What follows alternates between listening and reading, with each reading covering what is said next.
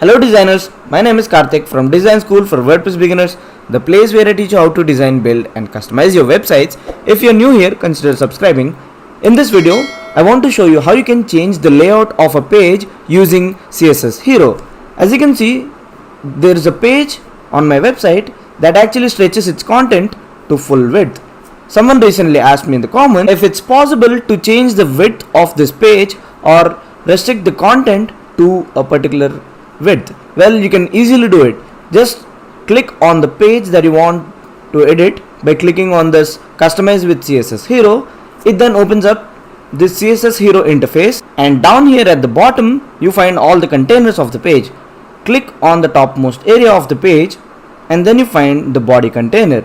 You can also find it from the drop down menu here.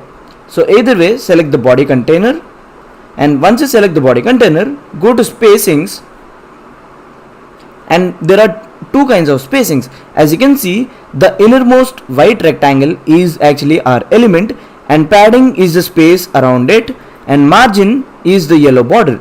So you can simply click on the yellow border, click and drag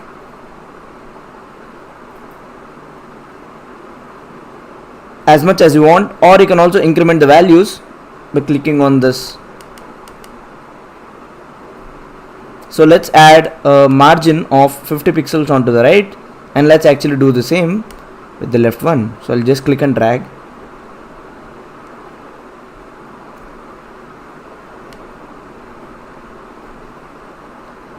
And 50 pixels onto the left, and just like that we've created a box layout of the container.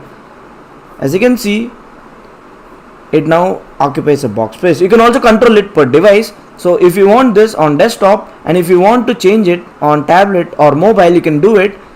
You can click on the device you want and then adjust the values accordingly. So I'm actually showing it for all devices. You can do it for the devices that you want, and just like that you've created a box layout.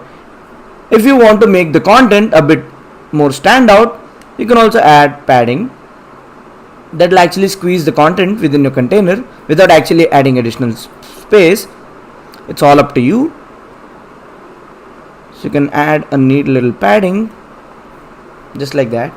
So within this container I have all my content areas, and I just made a box layout by clicking on body and adjusting the margin values.